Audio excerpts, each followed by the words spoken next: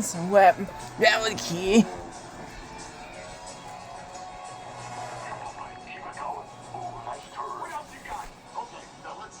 What are you promising? Lights, dot! Troll sucker! Can you start?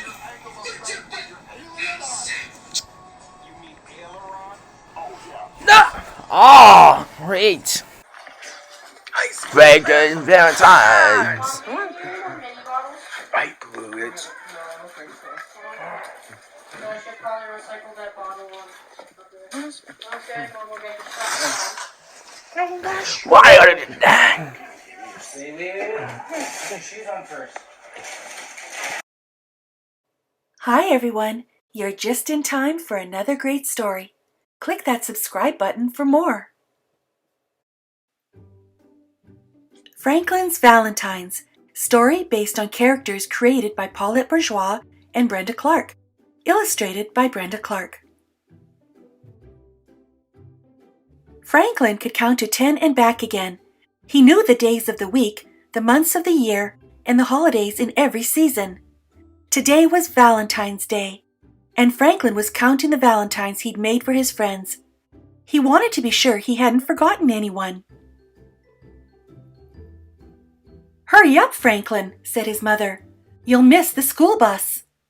Franklin rushed to find his hat and mittens and boots. He tossed his valentines into his bag. "I'm going," called Franklin, and he hurried out the door. At school, Mr. Owl gave the class a Valentine spelling bee and Valentine arithmetic problems.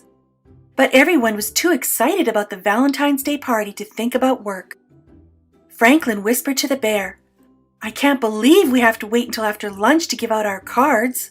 "I can't believe we have to wait until after lunch for the goodies," Bear whispered back.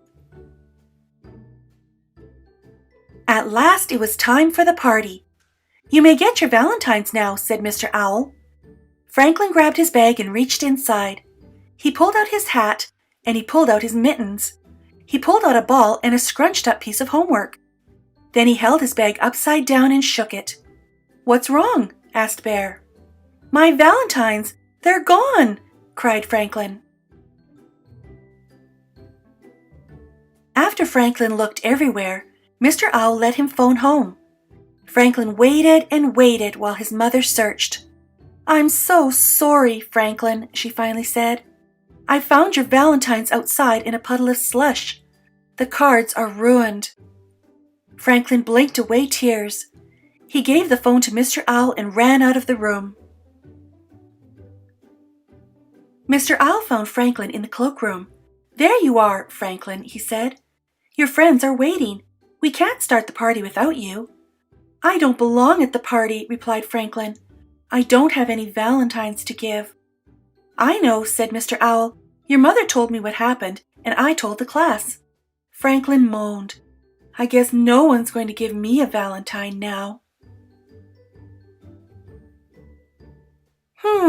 Said Mr. Owl. "If Bear lost his valentines, would you decide not to give him a card?" "I'd never do that," exclaimed Franklin. "Bear is my friend." "Maybe Bear feels the same way about you," replied Mr. Owl. Franklin thought about that. "Maybe," he said. He cheered up a little. Franklin and Mr. Owl went back to the classroom. Franklin watched as his friends delivered their cards. As the pile of valentines in front of him grew bigger and bigger, Franklin felt sadder and sadder. There were so many, and he had none to give in return.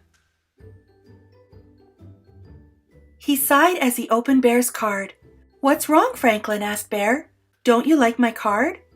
"I do, but I feel bad because I don't have one for you," said Franklin. "Oh, that's all right," said Bear. "I don't need a valentine to know you're my friend." Franklin smiled.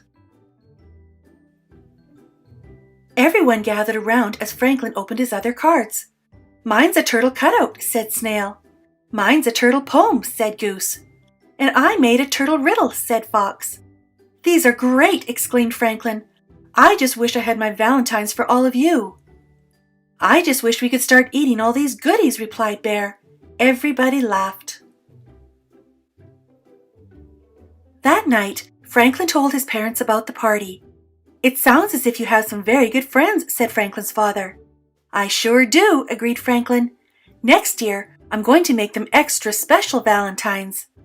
"Well, you've got a whole year to get ready," replied his mother.